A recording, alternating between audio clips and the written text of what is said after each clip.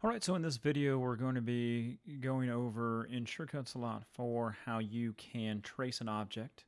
You can then put this over into Cricut Design Space, and the object that you created inside Shortcuts a lot for would be used for a print then cut, because we can do all of our designing and everything in Shortcuts a lot for, and all we have to do is upload that into Cricut Design Space and just do one click in there, and we'll have a nice print then cut. Okay, so first I'm going to go ahead and trace the image that I want. I'm going to go ahead and choose this image that you've seen before, which is the bow. Okay, so I'm going to go up here.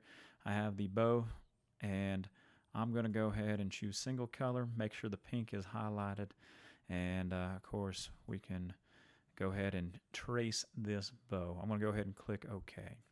So now that it's on my mat here, what I'm going to do next is I'm going to add a nice backing to it. I'm going to add basically it's a shadow layer. If we go to Effects, once the item is selected, go up to Effects, and then go all the way down to Shadow Layer Contour. Now I want my shadow to be nice and smooth, so I'm going to do shadow, but I am going to do rounded. Okay, so that will round those tips out for me.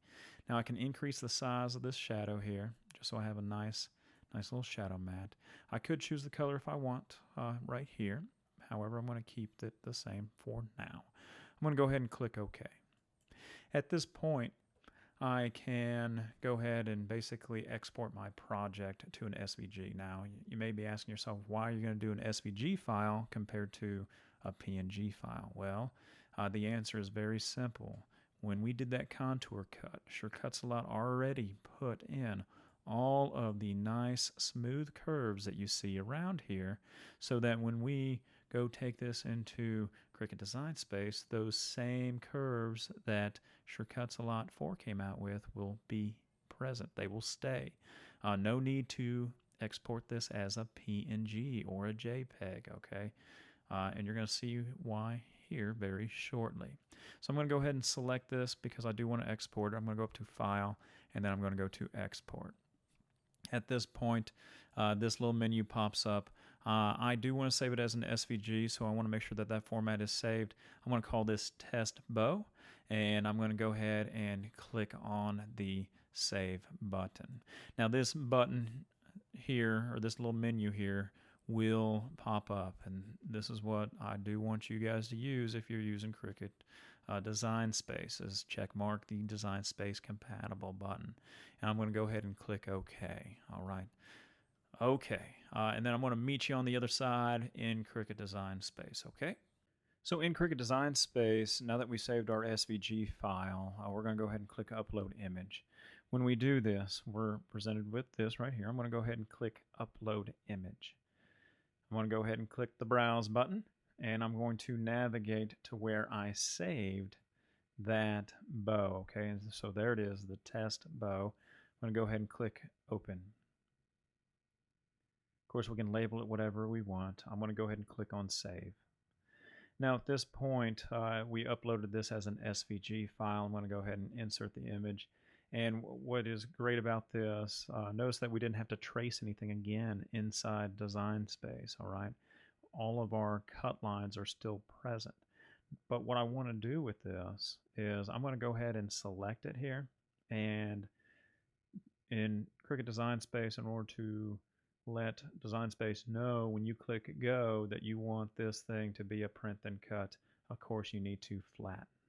Now, this only works when you're dealing with solid colors. Okay, notice I didn't put any pattern or anything else in here for that reason. Okay, so that's what we're going to do. And when we click Go, of course, we are presented, assuming that I resize this to the correct size that Cricut Design Space allows me to. When I click Go, at that point, we'll see those little registration marks that we have. And everything will cut nice and neat because all those cut lines that we defined in Shortcuts Lot 4 are here. Okay, so that's how you can do a quick print then cut from going from Shortcuts a Lot 4 all the way into Cricut Design Space. Okay, just remember, you always want to export as an SVG file when you import this, so everything comes out cutting buttery smooth. Okay. Now, something else real quick that we can do inside Cricut Design Space, because we exported this as an SVG file, we can actually change the color, or we can even add a pattern to this top portion of the bow here. Now, in order to get back to where we can actually manipulate the layers and stuff, I'm going to go ahead and click this right here and click Unflatten. Now those two layers are present for me to tap here. Now, what I'm going to do next is I'm going to go ahead and select this right here, and I'm going to go ahead and choose pattern. And when I do, I am presented with a bunch of patterns that I could use. So once I find the pattern that I want, all I have to do is click on this, and boom, you can see that it added it to the bow. Now what I'm going to do next is, of course, we need to reflatten this so that it gets printed together. So I'm going to go ahead and select everything and click over here with the flatten.